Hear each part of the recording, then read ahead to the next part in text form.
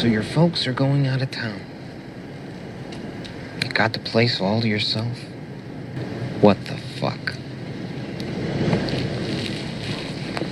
If you can't say it, you can't do it.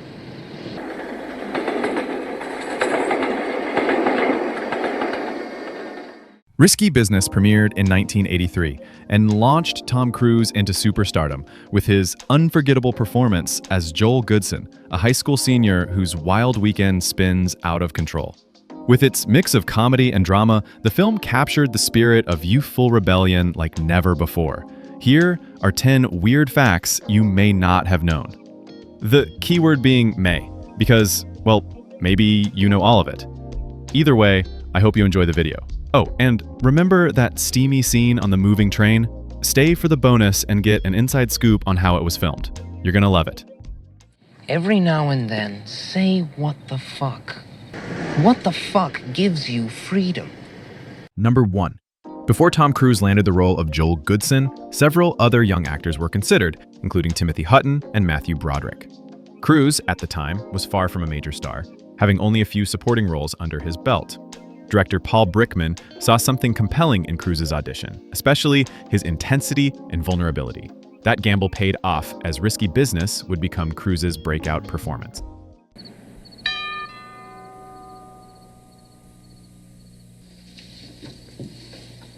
Hello, Joel. I'm Jackie. How are you this evening?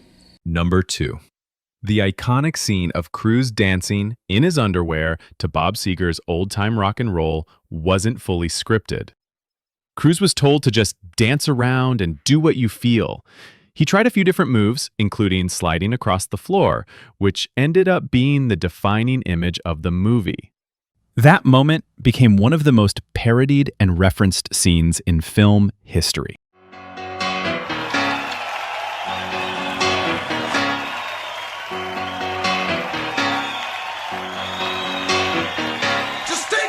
Number 3. The Ray-Ban Wayfarer's Cruise wore in the movie weren't just a costume choice, they became a nationwide trend. After Risky Business hit theaters, Ray-Ban sales reportedly increased by over 2,000%. The film helped solidify the brand's cool image for the 1980s. It was one of the earliest examples of a movie directly influencing fashion and consumer habits.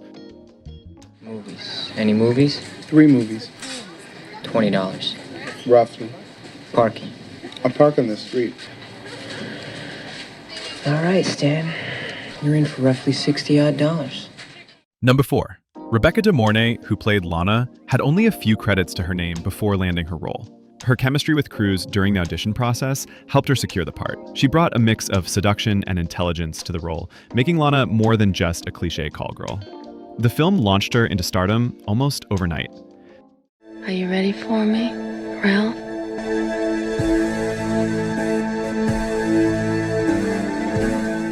Number 5. Bronson Pinchot, who played Joel's eccentric friend Barry, delivered many of the film's funniest lines. His role, though small, became a standout, thanks to his quirky energy and timing. Pinchot would go on to greater fame with Perfect Strangers, but many fans first noticed his comedic chops in Risky Business. He has since said the film was a major turning point in his career. Because he boffed Hendrix last week, and then after the game Saturday, he fucked her. Boffing and fucking are the same thing. Number 6. Originally, director Paul Brickman intended for the film to end on a more ambiguous and downbeat note, focusing on the cost of Joel's risky behavior.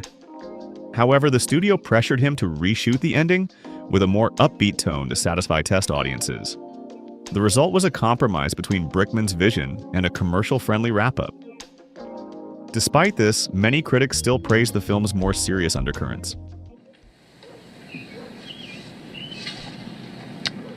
Joe, I just got off the telephone with Bill Rutherford. Apparently, you two had quite a meeting. What? Princeton can use a guy like Joel. Haven't I been telling you, every once in a while, you just gotta say, what the heck, and take some chances. Number 7. Tom Cruise was only 19 years old when filming for Risky Business began, but he approached the role with impressive maturity and determination. Eager to make a strong impression in Hollywood, he took the part very seriously and showed a strong work ethic on set. His young age also helped him naturally convey the nervous energy and uncertainty of a high school senior. Look, Joel, you look like a smart kid. So I'm going to tell you something which I'm sure you'll understand. Never, ever fuck with another man's livelihood. If you're smart, like I hope you are, you're not going to make me come back here. Number 8. The suburban home where Joel lives was a real location, not a studio set. Located in Highland Park, a suburb of Chicago, the house was selected for its upscale feel. Fans have continued to visit and photograph it over the years. The neighborhood helped ground the movie in a very real, affluent teen experience. Joel! Here's wishing you good luck on your future as a businessman! Number 9. Sometimes you gotta say what the fuck became the film's most quoted line and even made it onto t-shirts. However, the studio initially worried that the phrase would turn off advertisers and limit TV promotion. The director fought to keep it in, believing it was central to Joel's character arc. In the end, it became one of the most iconic lines of the decade. Your stats are very respectable. You've done some solid work here. But it's not quite Ivy League now, is it? There's one thing I've learned in all my years. Sometimes you gotta say, what the fuck? Number 10. Because of its risque content and language, Risky Business originally faced the threat of an X rating. The studio and filmmakers had to make several cuts and adjustments to secure an R rating. Some scenes were toned down and a few lines of dialogue were re-recorded. The final version still pushed the boundaries of teen cinema in 1983. Did you have a good time last night? Wait, you mean when we, got back here? I think you know what I mean. I had a great time. Now for a bonus fact. The steamy scene between Joel and Lana on the train wasn't done on a set. It was filmed on an actual Chicago L train. Filming the sequence was logistically complex, requiring coordination with the transit authority and careful timing to avoid interrupting public service. The atmosphere and motion of the real train gave the scene a raw authenticity. It remains one of the most talked about scenes from the film. Thanks for hanging out today. I hope you enjoyed the video, and I hope to see you again very soon. You know what a Harvard MBA makes first year? 40 grand. I mean, doesn't anyone want to accomplish anything, or do we just want to make money? Make money.